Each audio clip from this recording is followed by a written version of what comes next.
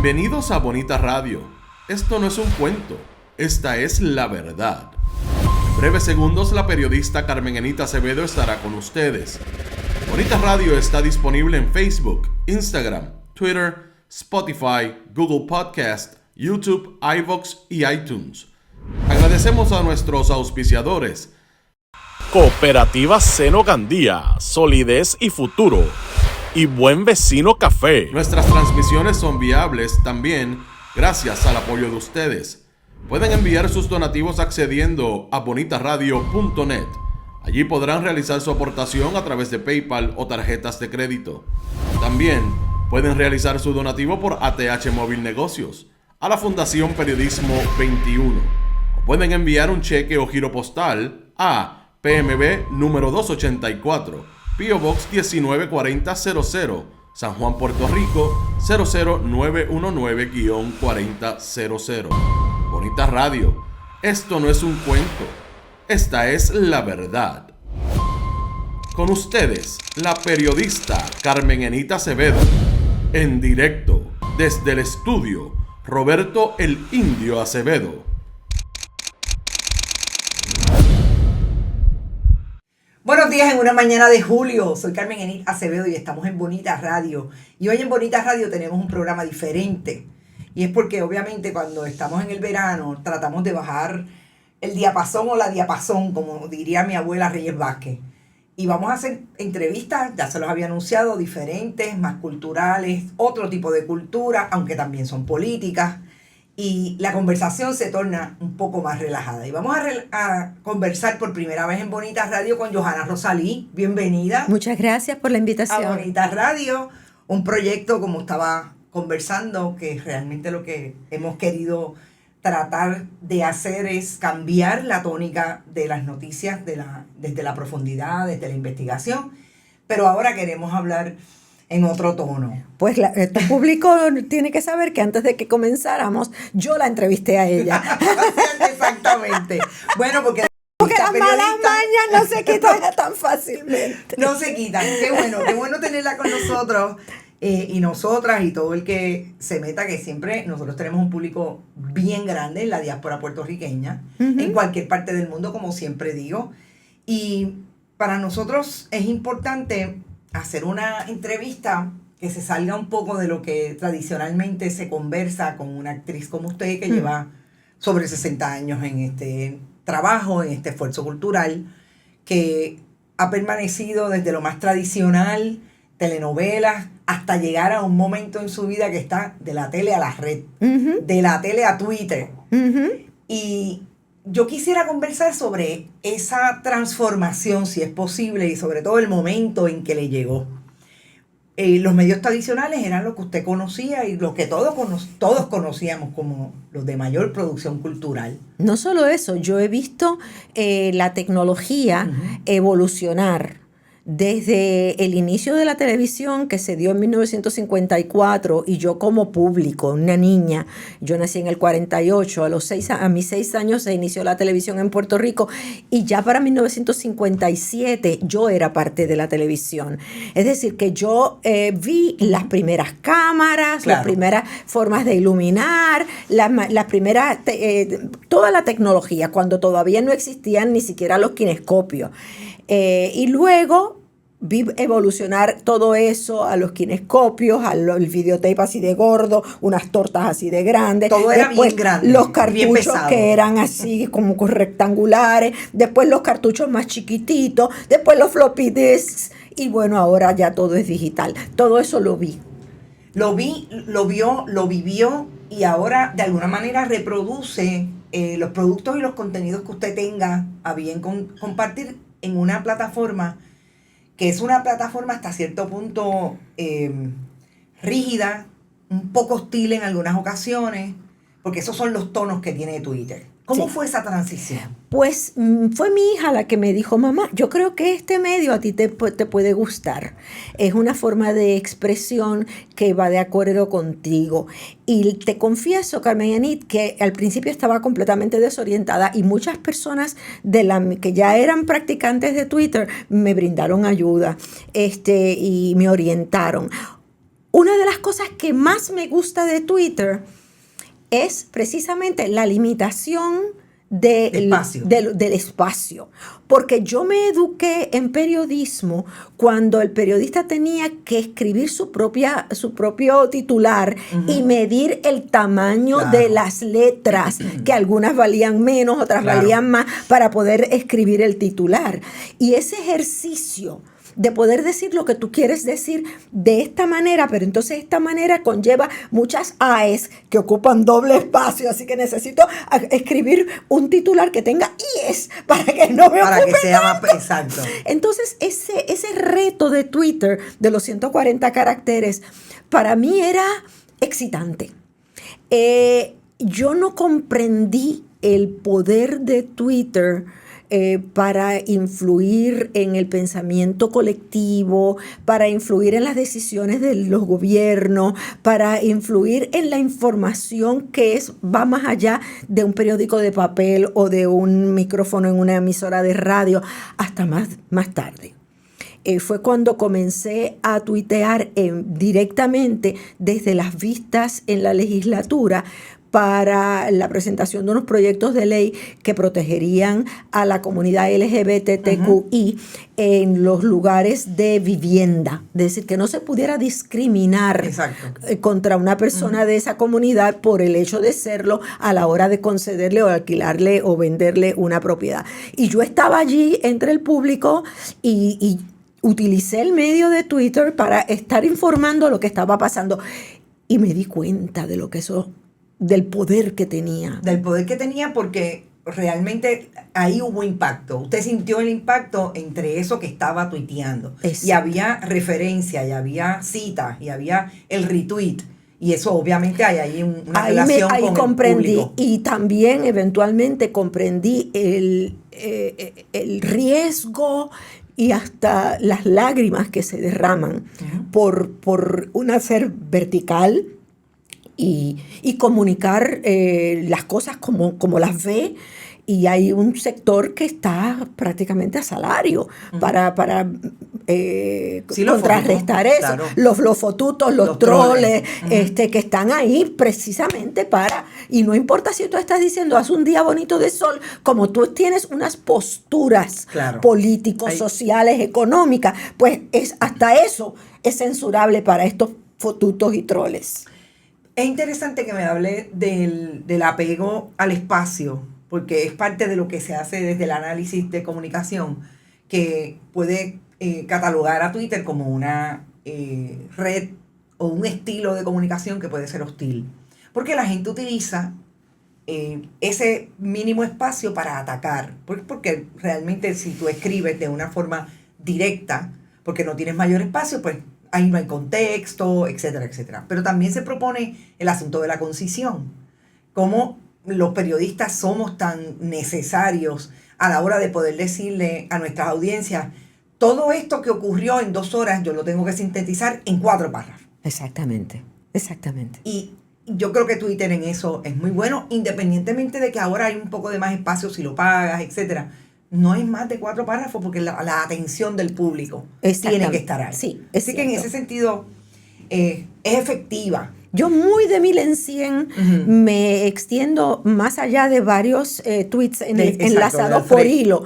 Cuando se trata de una investigación que he hecho que aporta unos conocimientos, cuando no se trata de una opinión, cuando se trata de una investigación social o una investigación artística. Recientemente lo hice sobre el falansterio en Puerta de Tierra. Yo me metí, investigué y lo publiqué en un hilo bastante como de 8 tweets. Pero es muy raro que lo haga así. Yo entiendo que la concisión es uno de los méritos de Twitter. Claro.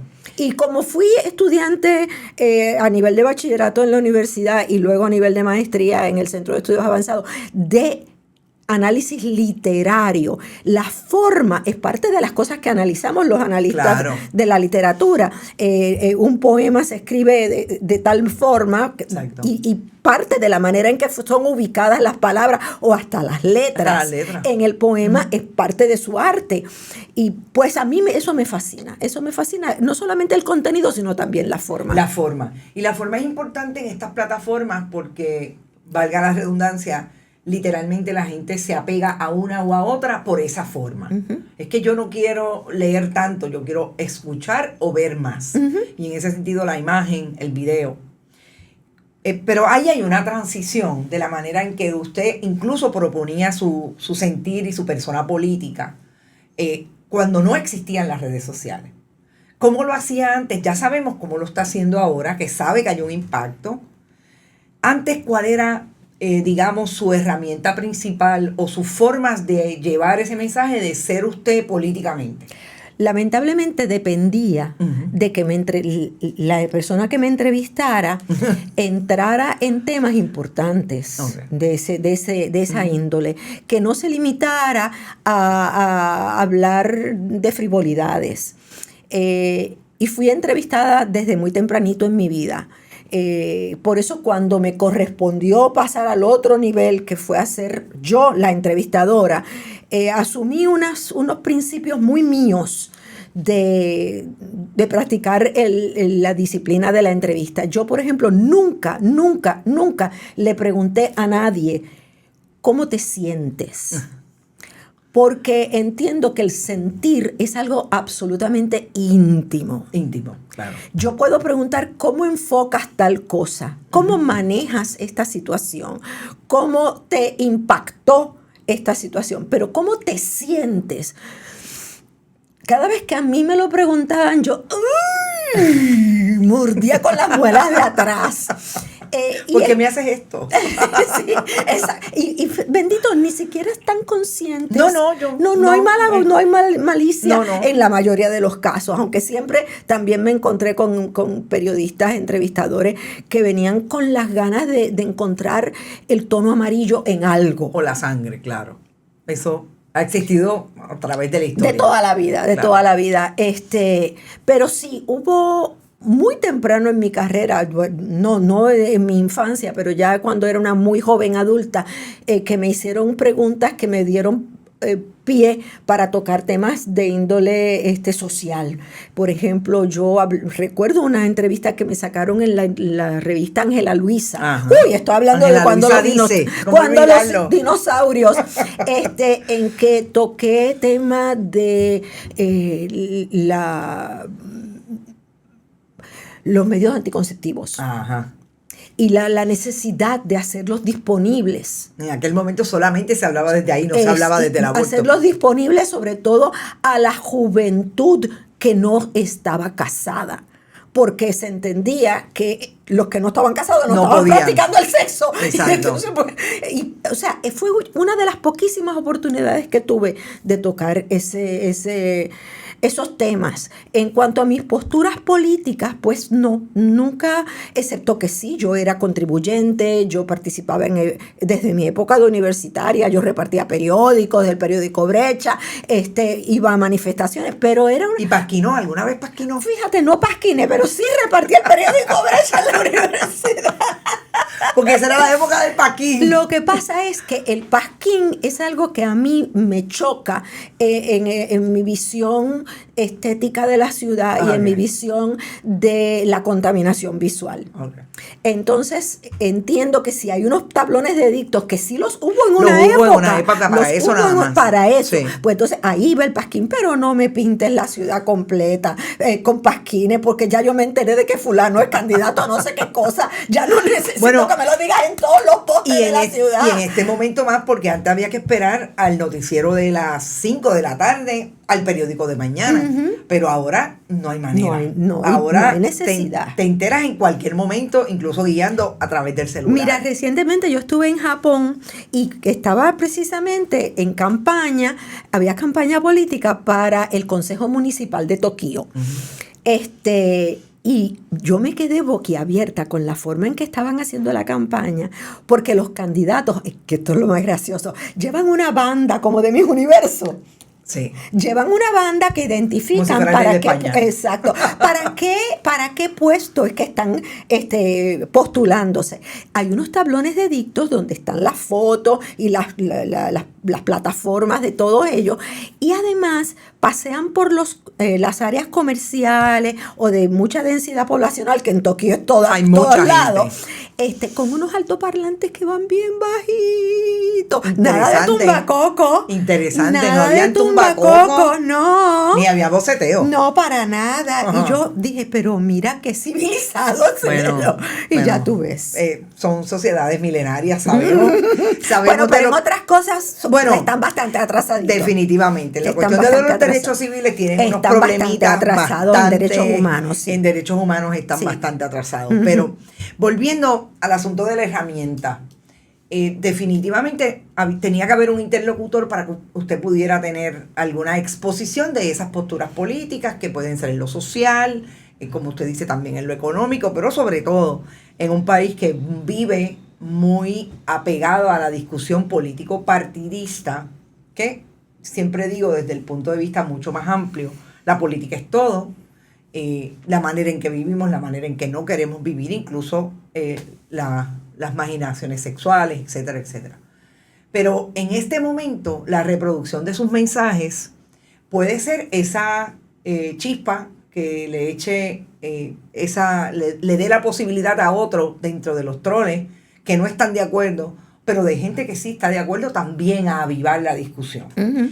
En ese sentido, mantiene esa comunicación con sus compañeros tuiteros, compañeras que la siguen, los famosos followers. O sea, esa conversación usted la mantiene intensa cuando pone uno u otro mensaje.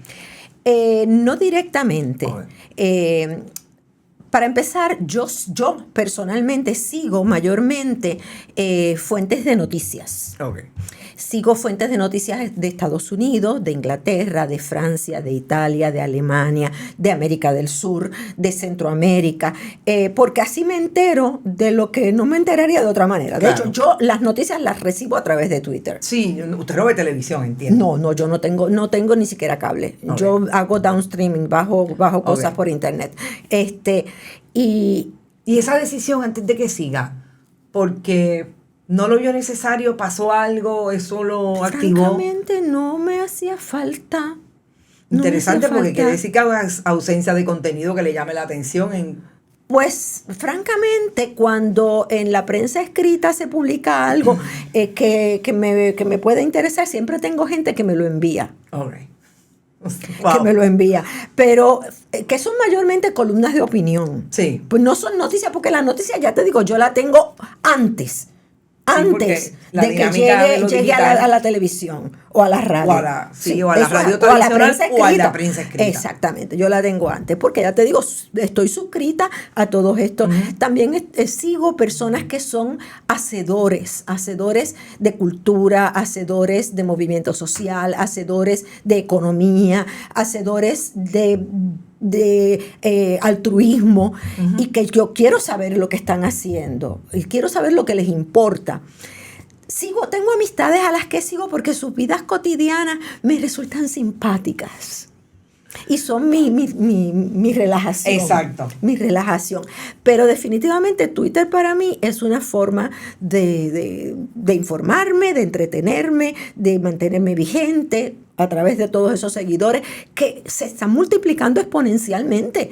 En días pasados, la semana pasada, yo puse, ¿quién será el 54,000? Y resulta que ya casi tengo 55 y fue hace una semana. Exacto. O sea, de una semana para acá ya tengo más de 500 de los que tenía la semana pasada. Y es que de todas partes del mundo.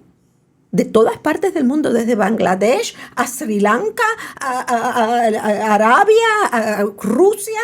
Sí, nosotros tenemos la experiencia que nosotros hemos tenido como medio digital, que como le contaba, hemos sido siempre digitales, es esa, últimamente con mucha más capacidad de reproducción, pero de diversidad de dónde nos están mirando. Y lo más interesante es que en esos lugares, por ejemplo, al principio nosotros iniciamos el proyecto en el 2011, en el 2012 teníamos una persona de Japón. Ujú. Y tú pensarías, caramba, Japón tiene que ser un puertorriqueño. No era un puertorriqueño. Porque obviamente la manera en que se organizan estas redes uno puede buscarlo y Claro. encontrarlo, identificar de qué Ujú. estamos hablando. Pero tan recientemente como esta mañana, nosotros pusimos hace 2 semanas un video de algo que es cómico y trágico, pero la tragicomedia existe, que ocurrió en Barcelona de una mujer adulta mayor que aparentemente va a saltar a este mercado y en el medio del forcejeo le dice, te voy a matar, pero no tenía, ¿verdad? Tenía un cuchillo, pero no tenía la fuerza. Finalmente le dice, me tengo que ir porque me está dando ansiedad. Ay, Dios mío, qué ternura. Dígame si no es una tragicomedia. Eso va por 845,000 views. Sí. Y eso le dice a una que es exactamente la experiencia que usted está teniendo, la manera en que usted se organiza y se sigue conectando en las redes, le da la posibilidad de que otros la miren. Ujú. Eso le asusta, eso le da miedo perder un poco, que es exclusivamente en la red, pero por lo menos en un país como el nuestro. Carmen Enid, yo fui una persona pública desde los claro. 9 años. Ujú. Yo no sé lo que es llegar a un lugar y que pues ser totalmente anónima, por eso disfruto tanto viajar, pero aún en mis viajes me ha pasado, Siempre. y esto es un cuento graciosísimo, yo estaba en Lhasa, el Tíbet. El Tíbet. Cruzaba el vestíbulo del hotel y de momento de un saloncito que había varios sofás, oigo a alguien que dice, ¡ah, ahí va Cristina Bazán! No. Hello, eran unos venezolanos que estaban allí. O me ha pasado Claro. que estoy en Turquía y alguien me reconoce. Es decir, estoy expuesta a que eso pase. Claro. Entonces ahora a través de Twitter no solamente me reconocen por mi físico o por mis actividades artísticas, sino también conocen de mis posturas, de las cosas que a mí me importan, de las cosas que defiendo. Y entonces infinidad de veces, yo diría que el 90% de las veces, quizás el 95 o 98, son los acercamientos de quien me sigue son positivos. Ay, yo la sigo, ay, yo la leo, ay, siga para adelante. Siempre hay Claro. Hay de todo, hay de si todo en no, la viña lo del que ellos Señor. hablan, la tiraera. Exactamente, Claro. hay de todo en la viña del Señor. Que ha habido momentos en que me he sentido intimidada, que me he sentido aprensiva, sí. No voy a decir que no, porque yo soy un ser humano. Claro. Y uno a veces dice, pero ¿por qué no comprenden que si yo estoy publicando algo que dijo Díaz-Canel en Cuba, no quiere decir que yo estoy de acuerdo con Díaz-Canel? Es que yo soy periodista y me enteré de esto por una fuente que tengo y lo estoy poniendo aquí. Claro. No quiere decir que yo favorezco o no favorezco a Biden porque puso o pongo algo que hizo o que dijo. Simplemente es una manera de divulgar una información. Pero ahí es que no hay filtro. Ahí es que el otro o la otra no tiene filtro o tiene un interés de intervenir para demonizar, Sí, etcétera, sí, sí, etcétera. sí. Pero qué bueno que menciona a Cristina Bazán y el señor director, ahí están las imágenes. Nosotros trajimos las imágenes del elenco. Siempre nos parece tan importante hablar de Cristina Bazán, pero en este caso que estamos hablando de lo que son las redes, de esa generación que no, ese chip, ni siquiera yo que tengo 58 años lo tenía. Yo tuve que aprender como todo el mundo y aquí estamos y lo hacemos ya de una manera bastante orgánica. Pero ese elenco que sobrevive hoy, que está todavía con nosotros, se encuentra personas que están en las de ustedes también asumiendo una postura, Déjame ver quiénes redes están sociales. Ahí está básicamente hay muchos que no están, pero por ejemplo José Luis Rodríguez Bueno, está pues vivo. mira, José Luis publica en sus redes principalmente sobre sus actividades artísticas Pero él tiene una postura contra el gobierno de Sí, Venezuela, él bien reside vocal. en Florida, y en ese sentido ocasionalmente hace comentarios anticomunistas, anti el régimen de Maduro, Ok. etcétera. Pero mayormente él publica cosas sobre sus actividades artísticas. O sea que sí, que Muy de mil en cien, de muy de Milencia. mil en cien. Y en Puerto Rico, sus compañeros artistas, sus compañeros de las diferentes Pues mira, producciones, hay de actores. no son muchos. No. Mayormente se casan con el precepto de que el artista no debe tener opiniones porque va a enajenar a un sector del público. Y mi manera de pensar es que si hay un público que no puede disasociar Claro. mi postura socioeconómico, política, cultural de mi realidad como actriz o el personaje que estoy interpretando, a mí no me interesa ese público. Yo trabajo para un público inteligente. Yo no hago vodevil, por ejemplo. Claro. Yo no hago stand-up comedy. No lo sé hacer. No le estoy quitando mérito. Al contrario. Claro. Yo me quedo boquiabierta y en ¿Cómo no? admiración total Claro. a todos los que lo hacen. Pero yo no lo sé hacer. Como tampoco sé declamar. Yo me quedo absorta escuchando a Marilyn Pupo, por Marilyn, ejemplo, que es sí, declamadora. que es declamadora. Yo no lo sé hacer. Entonces, si alguien entiende que no quiere ir a ver una pieza de teatro en la que yo estoy actuando, o no quiere ir a ver un programa de televisión en el que yo estoy participando, porque yo asumí esta o aquella postura político, social, económica, pues mira, tough love. Claro. ¿Tú sabes qué se va a hacer? No lo puedo, Sí, bueno. yo no lo voy a cambiar. Y No. menos a mis 75 años, mijita. Sí, no. No, a estas alturas, por favor. Esta mañana yo decía algo parecido porque alguien me decía, pero ¿cómo va a tener esa manía? Yo digo, tiene 95 años. Si en mí actúa a los 95 años, me dice lo que yo tengo que hacer. Hasta ahí llegamos.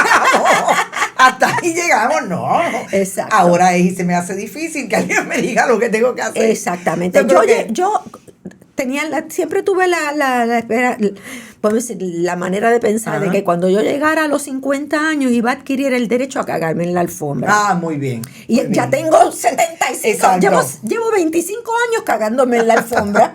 Hay mucho más, exacto.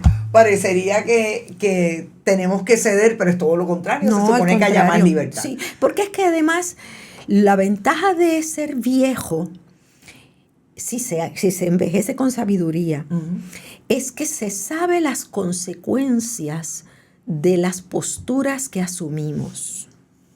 Entonces asumimos las posturas con conocimiento y decimos, bueno, aquí voy. Esto es lo que hay y yo estoy dispuesta a bregar con lo que esto me trae. Cuando uno es joven, uno no sabe. Claro. Y a veces te tiras de pecho y resulta que la agua está llanita y te rompes la nuca. Pero si tú te vas a tirar es porque tú sabes que allá abajo hay bastante agua y te va a aguantar. O que tú estás dispuesto a bregar con lo que hay. Con las consecuencias, exacto. Y en ese sentido, en el tiempo más reciente, quizás cuando ha sido más difícil las posturas y que alguien pueda ser crítico de nuestras posturas, ha sido por el momento político, económico, social que vive Puerto Rico. Quizás vamos a ponerlo, a ubicarlo en el tiempo de más protesta y más manifestación como el 2019. Ese espacio digital de exposición en las redes fue importante para usted, asumió unas posturas, hay imágenes bien buenas de usted con la cacerola, era algo Y que... no estaba en Puerto Rico. Y no estaba en Puerto Estaba Rico. en California. Es algo que le dio visibilidad al momento, porque obviamente también aquí hay algo que no solamente desde los medios que conocíamos tradicionales, sino lo que se compone como medios de comunicación ahora, siempre trata de establecer el mainstream, unas imágenes que le puedan hacer conexión a la gente con quién está hablando, porque el mensaje es importante, pero quién lo dice también, y cómo lo dice definitivamente. Ese momento del 2019, ¿qué supuso para usted en esa expresión de ser usted y de siempre decir las cosas como las pensó o las piensa en esas redes? Pues a mí me sobrecogió lo que estaba pasando, el ver cómo se fueron aglutinando una serie de sectores de la sociedad que se fueron uniendo en un mismo reclamo. Pero como yo he vivido bastantes años, yo puedo recordar épocas en que la juventud universitaria fue realmente muy vocal, muy empoderada, muy luchadora. Se dieron realmente choques muy fuertes, hubo hasta muertes. Claro, porque en mi época universitaria se luchó contra el ROTC, se luchó contra la presencia policíaca en la universidad, se luchó contra muchas situaciones, la conscripción forzosa de los jóvenes puertorriqueños para la guerra de Vietnam. Es decir, que estábamos haciendo eco de ese activismo universitario internacional. En Estados Unidos se estaba hubo muertes de estudiantes en Estados Unidos, en Francia, en Hungría, en diferentes partes del mundo. Nosotros no éramos la excepción y yo estaba allí. Yo era una joven, en 1968 yo tenía 20 años.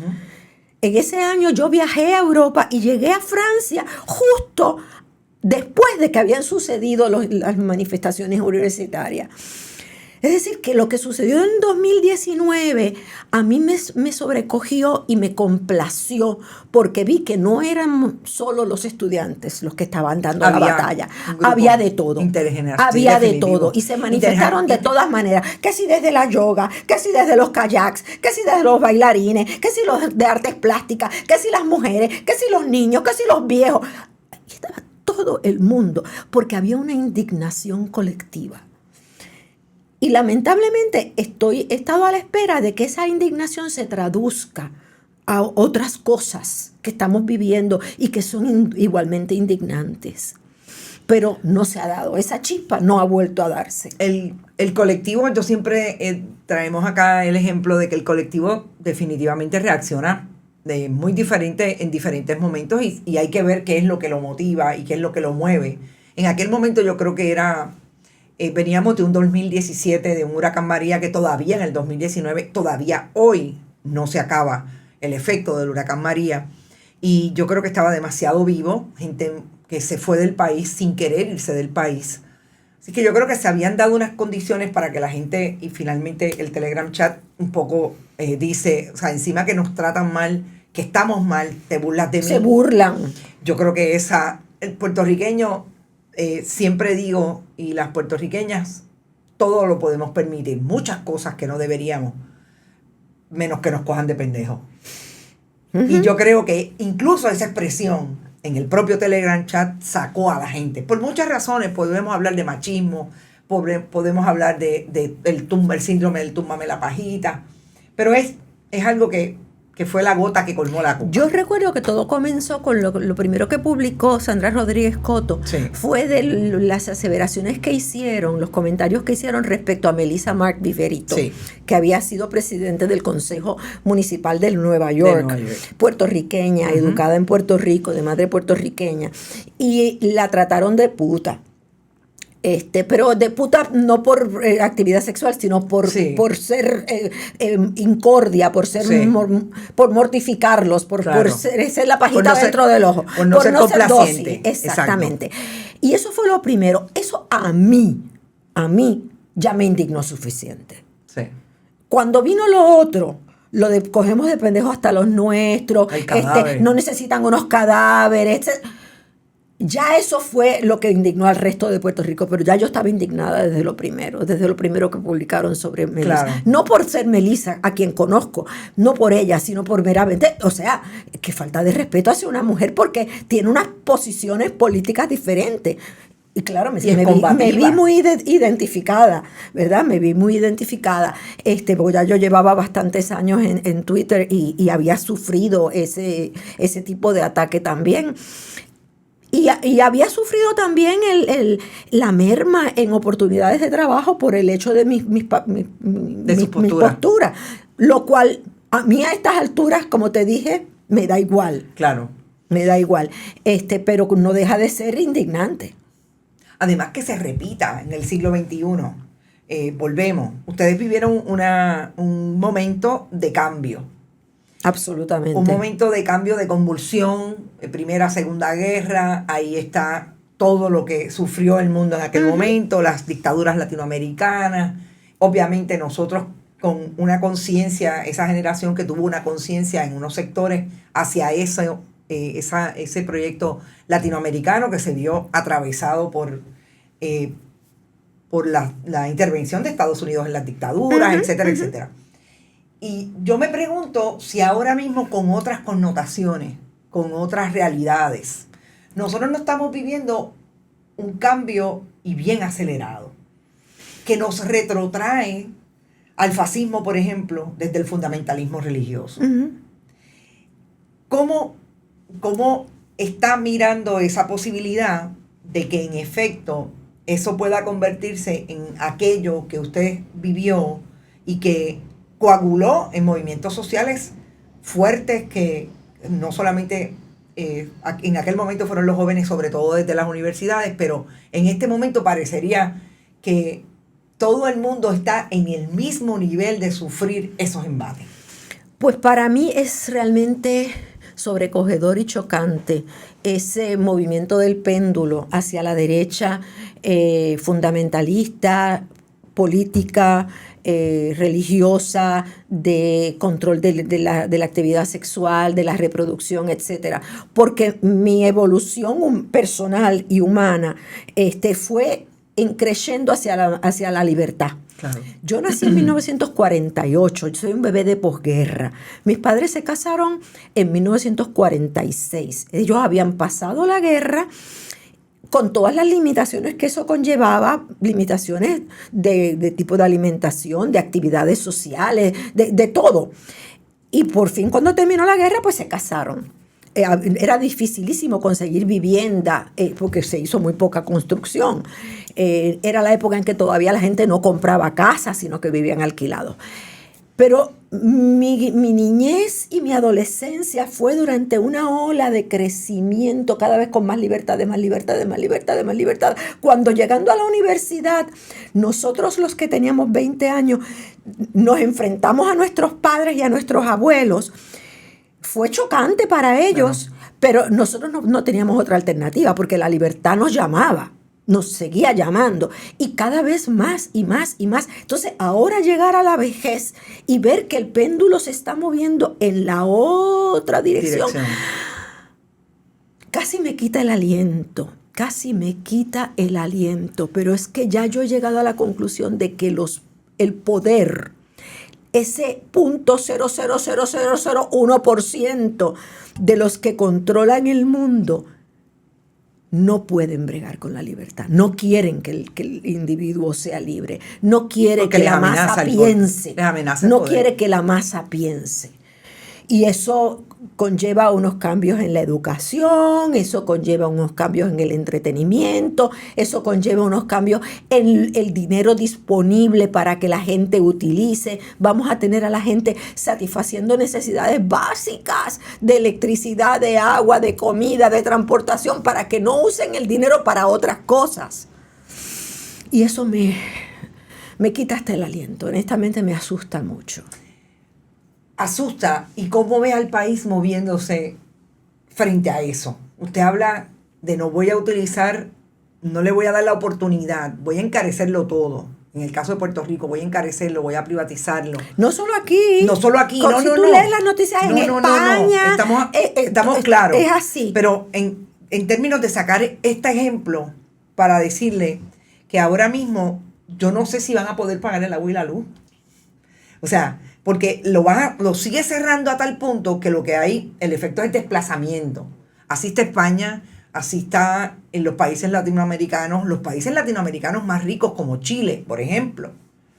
Se fueron a la derecha. Después que dijeron a Boric.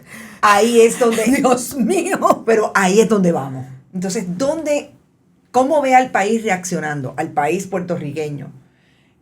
Obviamente usted hace unas lecturas que son de redes sociales, pero ahí podríamos leer mucho aunque no toda la Lo que no, población. las redes sociales a mí me sirven como de punto de partida. punto de partida. De punto de partida, Perfecto. porque yo leo una noticia que sale en The Guardian, por ejemplo, y entonces me da una clave y digo, pero déjame investigar sobre esto. Fue lo mismo que pasó con lo del falansterio. Alguien me dice, estamos luchando contra los alquileres de corto plazo, que sea. Y yo, a ver, investigar sobre esto.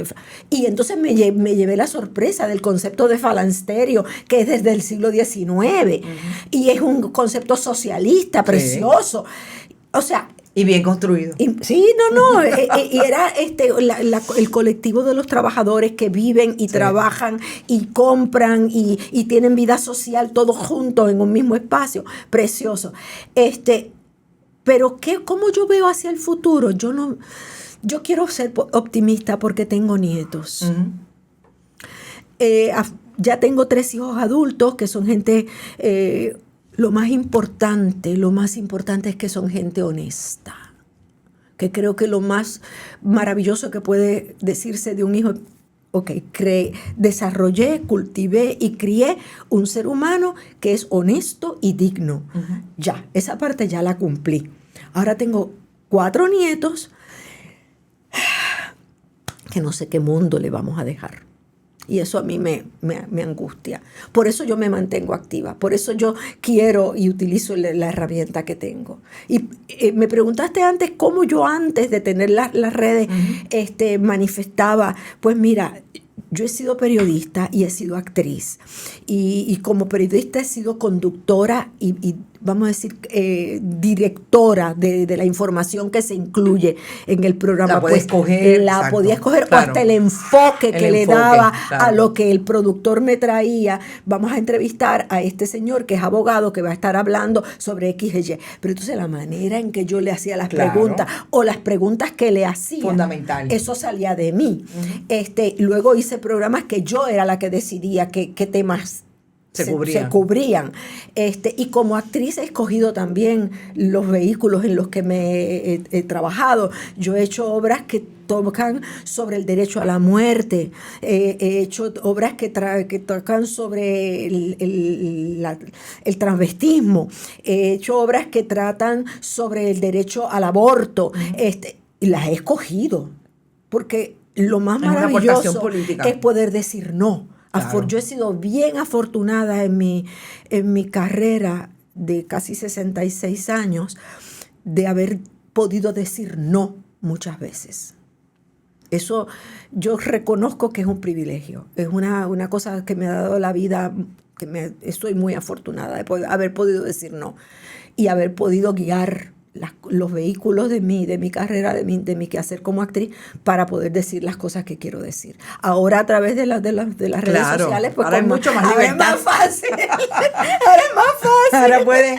Ahora puede gritarlo. Sí, porque realmente la herramienta se presta. Y una lo dice y bueno, claro.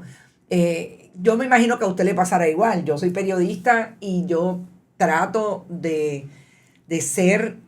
Siempre soy crítica, porque eso es algo que nunca va a salir, nunca lo voy a dejar de ser, pero trato de mantener en algunos temas, yo no me creo que lo voy a comentar todo, es lo que quiero decir. Las redes se prestan mucho para que haya muchos expertos. Yo siempre digo, yo no soy experta, yo estudio. Yo investigo. Y una se cuida de qué tipo de perfil es el que quiere establecer, porque pues la voz de una puede influenciar algo que necesariamente uno no quiere que ocurra. Pero yo creo que en este punto, yo le voy a ir a un comentario que me acaba de hacer, que me parece a mí importante y me hace hacerle la pregunta. Cuando usted dice que le preocupa y el aliento ahí es que se inunda el asunto de qué país le vamos a dejar, o qué mundo realmente, qué mundo le vamos a dejar, en el caso suyo, a sus nietos. ¿Por qué siempre... porque no es usted la única que me lo dice de esa manera? La responsabilidad es de ustedes de dejar un mundo. Es de nosotros de dejar un mundo. Cuando realmente usted se enfrentó a un mundo que su mamá y su papá, estoy segura que no tenían, obviamente, no tenían la conciencia, pero no necesariamente tenían la conciencia de lo que estaba ocurriendo. No.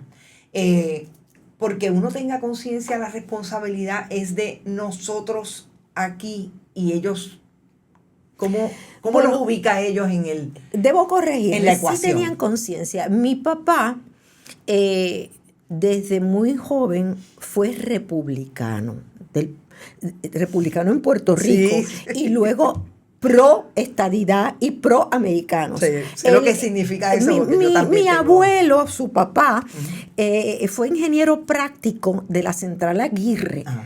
Y él era el puertorriqueño que los gringos de la Central trataban como un igual. Ujú. No es que fuera igual, Pero pero lo más o trataban menos, como un vamos a igual. ver. Al punto Estudió- de que mi abuelo se hospedaba en el Hotel Americano allí dentro de la Central, porque él había desplazado a su familia a vivir en Guayama, para que mis tíos pudieran estudiar, porque en la Central no había más escuela después de la intermedia. Por lo tanto, la mentalidad de mi papá es que lo gringo era lo bueno. Era lo bueno. Y aprender inglés para él, que fue al sistema público en Guayama, fue una puerta, una ventana que se abrió, porque él aprendió inglés y leía en inglés y pensaba que Eso le había dado que eso todo. era lo bueno. Claro. O sea, que el mundo que él nos dejó a mi hermanito, que en paz descanse, y a mí, era un mundo que los gringos estarían aquí para protegernos. Pobrecito, cuando la hija mayor va a la universidad y le vira la tortilla completamente, solo el amor de un padre amante y devoto puede manejar una cosa como esa. Pero él sí tenía una conciencia de que el mundo que le estaba dejando a su hija, le estaba dejando un mundo de protección de esta gran nación poderosa y exitosa y rica y donde todo era posible. Y pues esa era la estructura mental de él. Claro. Yo quisiera dejé a mis hijos la mejor educación que le pude dar. Y luché para los derechos de la mujer, luché por los derechos de la anticoncepción, luché por los derechos al aborto. Y ahora vienen estos niñitos que son mis nietos y veo que el planeta se está destruyendo, que el ser humano es un cáncer para la supervivencia del planeta. Y digo, Dios mío, estos niños van a vivir un calentamiento global mucho peor del que estamos viviendo. Y ya está fuerte. Y ya está fuerte. Van a vivir unos glaciares derritiéndose, van a vivir unos movimientos migratorios de desesperación de pueblos que están hambrientos y hasta de nuestro propio pueblo moviéndose, tratando de sobrevivir. Y ese es el mundo en el que ellas se van a hacer adultas. O sea que usted... Y me asusta. Claro. Y ahí es que iba. Esto es... Y esa línea, que es una línea de miedo, de susto, es porque precisamente usted va de salida, vamos creciendo de una manera y siente una responsabilidad de que lo que ha hecho sea bueno para estos que vienen. Pero es que yo soy realmente, a veces pienso que muy pragmática desde el punto de vista de lo que se dice y trato de establecer, porque a mí me da mucha pena también que a veces veo madres y padres pensando en que es su responsabilidad lo que está ocurriendo, solamente por pensar que esos hijos y esas hijas pueden sufrir, o esos nietos y esas nietas pueden sufrir esto que definitivamente es difícil lo que estamos viviendo.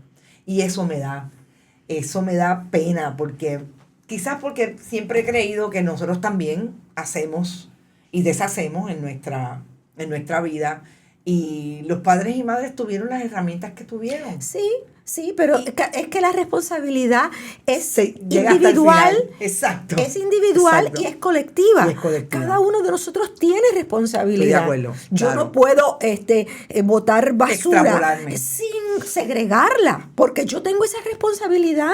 Claro. Yo tengo esa responsabilidad de que si es cartón va en un lugar y si es plástico va en otro. Y lamento que no haya un sistema de recolección de vidrio más efectivo. Ahora, recientemente me enteré de que en Barceloneta hay un lugar de acopio, pero hay que ir hasta Barceloneta. Pero hay que ir a Barceloneta y el que no pueda llegar. Y además yo conozco de otros lugares donde se lleva a cabo un reciclaje mucho más efectivo, muchísimo más efectivo.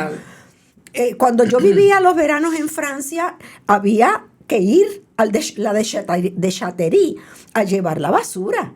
Y allí tú la ponías segregada. No te recogían la basura en tu casa. Tú la llevabas. Y la llevabas a pie. Porque estaba relativamente cerca. Y ahí había un sistema. En Francia, cuando yo estaba allí, yo iba al colmado y bueno, lo hago todavía porque aprendí allí. Llevaba mis propias bolsas de tela. Claro. Y la cosa que compraba la ponía en mis bolsas de tela, porque si tú no la llevabas, tenías que salir con el litro de leche en la mano porque no te daban bolsas. Exacto. No es que la pudieras comprar, no, es que no la había. Es que si tú pedías una bolsa, te iban a mirar como un animal raro. Porque ¿cómo a usted se le ocurre que yo pueda tener bolsas para vender? Y eso hace 30 años. Bueno, pues yo ando con mis bolsas en la cartera. Y son unas bolsas de tela que yo las echo a la lavadora o las lavo a mano y ahí pongo mi compra. Y yo voy al colmado a pie. Porque si me queda cerca, ¿por qué voy a estar? Porque tengo que usar el carro. Porque tengo que usar el carro. Y esas son medidas que yo he asumido porque reconozco que tengo una responsabilidad. Porque yo me voy a morir pronto, yo tengo 75 años. No necesariamente. Pero, o sea, si vivo 10 años más, me consideraré afortunada. Si vivo 15, hoy me saqué la lotería. Pero mi niña, la chiquita, tiene 4 años. Ella tiene una vida entera por delante. Si yo no tomo medidas, ¿quién las va a tomar? ¿Quién las va a tomar? Bueno, esperemos que haya muchas como usted y bueno, y lo hay. Hay por gente eso que está es que preocupada. yo uso las redes. Pero exactamente. Por eso uso las redes. Todo nos lleva a la manera en que estamos diversificando no solamente nuestra manera de pensar por la experiencia, los contenidos. Cómo podemos impactar y en ese sentido estamos en línea porque nosotros hacemos periodismo de investigación, pero es por eso, porque la profundidad, si la gente no sabe lo que está ocurriendo, no hay manera en que puedan asumir. La ignorancia es tan grande. Sí, en que puedan asumir los derechos democráticos de una manera y correcta. Lamentablemente las administraciones gubernamentales se nutren de la ignorancia de la masa, porque esa masa es votante, pero si tú la mantienes ignorante, va a votar como tú quieres. Como tú quieres, claro, la manipulación. Claro, para mantenerte tú en el poder. Y tú seguir manipulando. Si la masa piensa, se va a dar cuenta de muchas cosas. Claro. De eso es lo que estamos hablando. Ya vamos a un poco a cerrar, la voy a llamar ya mismo de la música, pero la voy a confrontar con esta línea de Maruja Torres, que es una periodista maravillosa española, que si no lo han visto deben verlo, tiene unas entrevistas con un periodista del País espectaculares, y las grabaron, y son videos bien interesantes, y es una conversación a través de Madrid, etcétera. Maruja dice algo así como que ser viejo no es un insulto, es un gusto. ¿Está de acuerdo? Yo creo que ser viejo es un privilegio. Es algo hermoso, creo que es la etapa de la vida que corresponde. Yo ya viví la infancia, viví la niñez, viví la adolescencia, viví la temprana juventud, viví la adultez joven, la adultez madura y ahora estoy viviendo la vejez. Quien me llame vieja no me está insultando. Al contrario, está reconociendo una realidad hermosa que yo estoy disfrutando. Así que no piensen que cuando yo digo fulano es viejo o yo soy vieja, es un insulto o me estoy tirando a matar. No. Y si alguien tiene duda de cómo luce un viejo, pues mire, esto es lo que luce un viejo. Exactamente. En música, ¿qué música escucha? Mi favorita es el jazz de las grandes bandas, Big Band Jazz. Pero me gusta inclusive hasta el jazz progresivo. Ese que mucha gente no lo soporta. Que no lo soporta. Ese me gusta. Me gusta la ópera. me gusta la música clásica. Contrario a mucha gente que se siente incómoda con la música de cámara, a mí me gusta la música de cámara, pero me gustan los boleros. Okay. Oye, Claro. me gustan los boleros, me gustan las guarachas. Yo soy de la época en que yo veía a mis papás bailando guaracha. Así Sí, que, eso es una maravilla. sí, y yo aprendí a bailar paso doble, cha-cha-cha. Hoy en día los muchachos no saben bailar. Y los bailes de que yo iba cuando era adolescente, uno bailaba de todo. Se daba alrededor del baile, Sí, la actividad y el el paso doble es entretenimiento. un baile precioso que nosotros heredamos de España y lo bueno siempre se conserva y se aprecia. Se conserva y se aprecia. ¿De la nueva música o de los nuevos ritmos, movimientos? ¿Consume alguno? Pues, o por lo que sea, por el ritmo o por la letra o por... Mira, reconozco que tiene un valor social importante porque dicen cosas que a muchos chocan y a veces es necesario chocar a la gente. El arte siempre ha chocado. Cuando surge un nuevo movimiento artístico, siempre escandaliza. Es una realidad sine qua non. Y en mi vecindario, donde yo vivo en Santurce, se escucha de todo. Desde Lalo Rodríguez hasta Bad Bunny, hasta bomba de bien genuina, la bomba genuina. Y me lo disfruto todo, Todo. Pues yo tengo un rock, ¿nunca le gustó? Fíjate, no. No. Confieso que cuando yo era adolescente, la mayor parte de mis amigos escuchaban a los Beatles, escuchaban rock, y yo trataba de oírlo, pero francamente, en mi casa en esa época, mi papá era aficionado a la opereta y a la zarzuela, a la opereta italiana, a la opereta británica, a la opereta francesa y a la zarzuela. Y eso era lo que se oía. Y yo no, pues, ¿qué voy a hacer? Fue donde lo que me crié. Y luego, pues, francamente, el rock nunca lo comprendí. Pero el rock es un derivado del jazz. Es un derivado del jazz. Y las figuras como Elvis Presley y Freddie Mercury. Los conocí más que nada ahora con Okay. los biopics que se ha hecho de ellos. Okay. Pero yo no sabía quién era Freddie Mercury. Yo Increíble. nunca escuchaba a los Beatles. Yo nunca escuchaba, te voy a decir el único que yo escuché, a Paul Anka. A Paul Anka. Y a Neil Sedaka. Ok. Pero hasta ahí. Hasta ahí llegué. llegó. Pues si le gusta la ópera, si le gusta la música clásica, pero sobre todo la ópera, Freddie Mercury tiene una... Ya lo sé como Serrat Caballé. Lo sé. Es impresionante. Porque es que además el registro de voz de Sí. Freddie Mercury era asombroso. Sí, y una diva como Montserrat reconoció el que podía hacer de tú a tú con ella. Que lo podía hacer hasta cierto punto. A mí me recuerda mucho a los castratos. Sí, él podía llegar a unos agudos. Tenía unos agudos espectaculares. Insospechados. Pero yo tengo que ser honesta, yo no conocía esa música ni esos artistas. Increíble. Bueno, pues yo le iba a preguntar entre Anna Netrebko y Anita Rashvili cuál le gustaba de las dos, porque yo soy una fanática y me imaginé, porque la he visto en los eventos de ópera aquí en el metro, porque creo que son de lo nuevo en términos de la producción operística y de las mesos, de lo mejor que hay. Sí. Le agradezco mucho esta conversación. Fue deliciosa. Yo creo que fue súper buena. Es para esto, para que los veranos me saquen un poco de lo más difícil que yo hago todos los días y que lo pueda traer desde una persona que reconozco que desde ese proyecto cultural que usted siempre ha participado, mainstream o no, ha tenido siempre una voz más política, una voz más de expresarse sobre el país y lo que es importante, y pues nosotros hacemos eso todos los días, tratando precisamente de que las audiencias se puedan educar desde el periodismo y profundizar sobre los asuntos que nos competen y que la educación sea algo que realmente produzca futuro para el país. Yo creo que, como usted dijo ahorita, estamos en un momento difícil, no es solamente Puerto Rico, lo hemos hablado todos los días acá, es el mundo entero, pero pues estamos aquí, tenemos que seguir y tenemos que poner nuestro granito de arena. Así es que muchísimas gracias. Agradecida por la comunicación y mantengámonos siempre en sintonía. Vamos a hablar con otras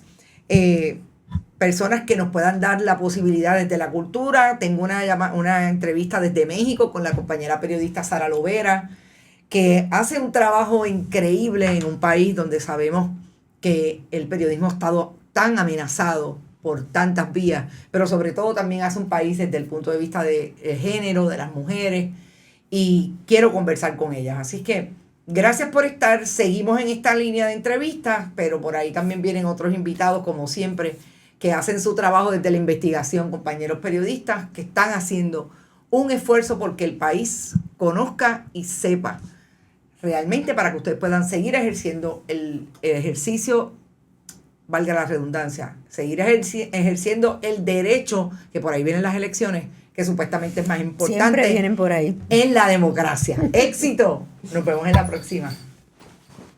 Bonita Radio. Esto no es un cuento. Esta es la verdad. Este programa fue traído a ustedes por Cooperativa Seno Gandía, Solidez y Futuro. Y Buen Vecino Café.